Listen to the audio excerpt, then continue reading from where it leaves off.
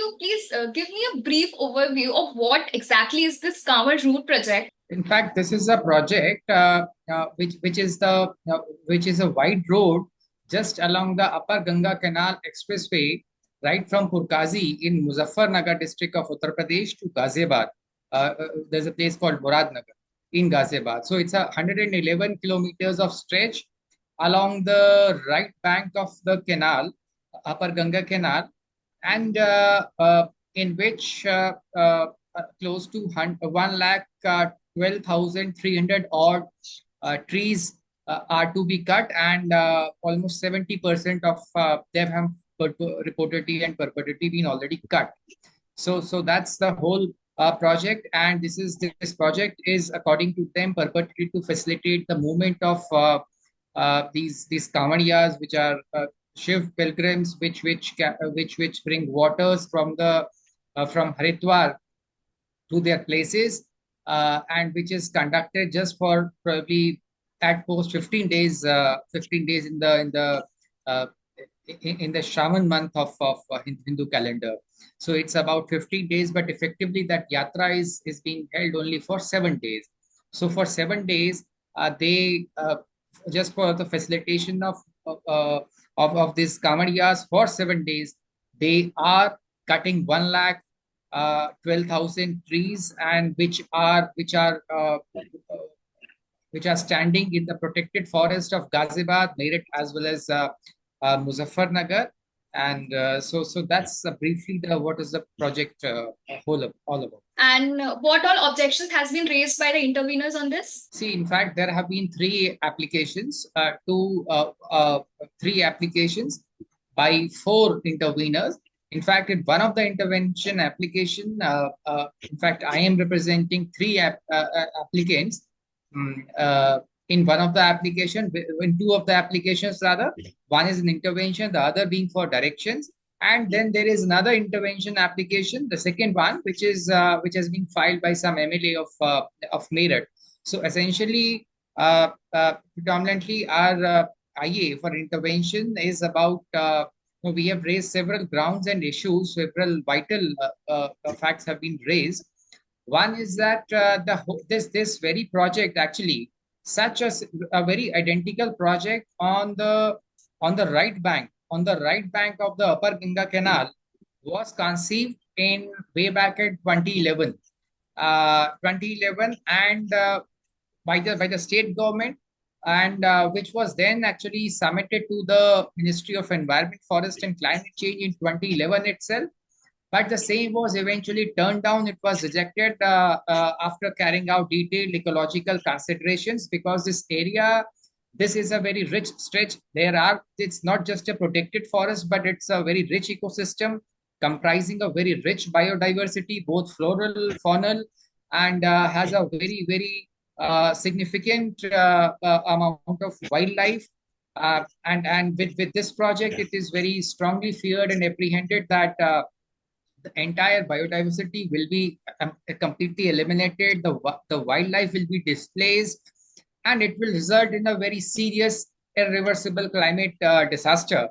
So this was one of the ground. Then the second ground was before the NGT was that there no biodiversity assessment, which is a requirement under the Biological Diversity Act of 2002. It was never conducted, and it was never conducted in the first place. No, what as to that impact would have brought out the impacts on the biological existing biodiversity in the region.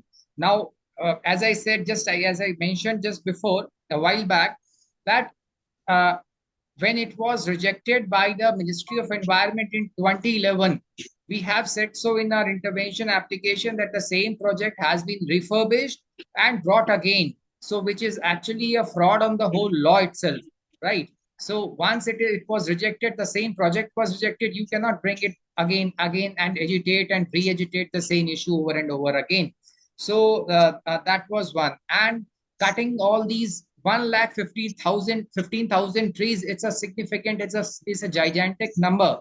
So being so massive in number, I think it was a completely mindless exercise, and they never weighed the equities, the balance was never actually ascertained as to what was that Kanwar Yatra important, was a cutting of trees important, or was saving more important, because you must remember that Ghaziabad is one of the it's a non-attainment city declared by the Central Pollution Control Board under the National Clean Air Program (NCAP). So, in which you have to have all the more proactive measures for both prevention and control. Now, how do you prevent pollution? Abatement is a secondary thing. For prevention, you have to have a very significant and very rich amount of tree cover and forest cover.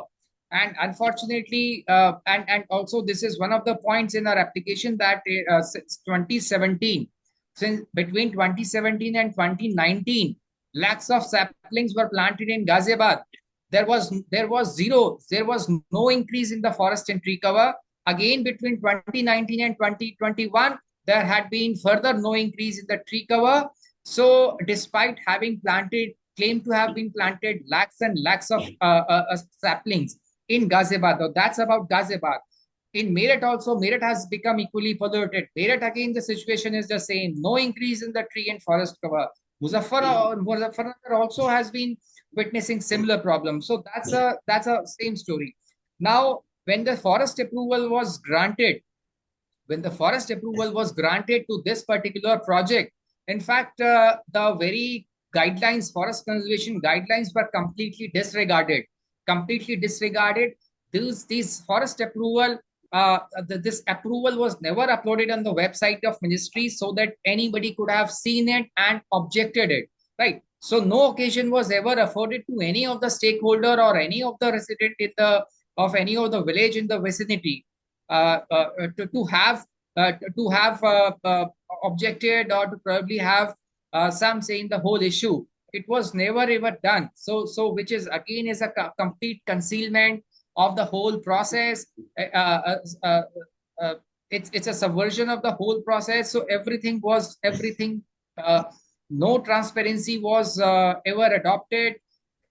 Things were completely kept opaque and in a completely non-accountable manner. The forest conservation guideline, which further says that you have to have that there are a couple of 3 to 4 guidelines for related to the compensatory afforestation. Now, one of the guidelines says that if no district, if an equivalent amount of non-forest land uh, is not available in the same district, right? Then you have to plant. You have to get the compensatory afforestation done as even though it's not in the same district necessarily, but at a place and in the district which is should be very close to the place where they are filled from, right? So those were one of the issues, and of course, then we told the tribunal that this Upper Ganga Canal, it is actually the lifeline of the whole Western Uttar Pradesh, which is the food bowl of the country. It's so fertile, and this Upper Ganga Canal, this actually brings water. 27 to 28% of the of Delhi's population. It supplies water to the Sonia Vihar plant and the Bhagirathi plant. It's not that it's only transporting and bringing waters. This completely mindless exercise has been in teeth of the recent Honorable Supreme Court's directions. Every citizen of the country has a right to live in an atmosphere which is which is climate secure. So that those were the observations of the Supreme Court. NGT also has one of the orders said that indiscriminate cutting and felling of trees is violative of Article 21 of the Constitution, which is the right to life and right to life. Also, recently, the central government had started an initiative called Ek Ped Maa Ke Naam, and now, ironically, they are planning to deforest on such a large scale.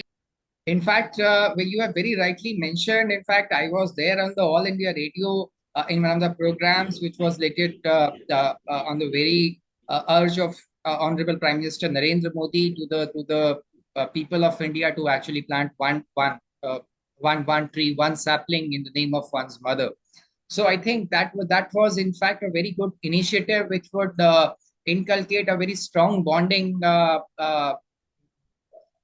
among every citizen and every person of this country towards mother, and eventually towards stewardship towards a tree which will be planted by that particular person.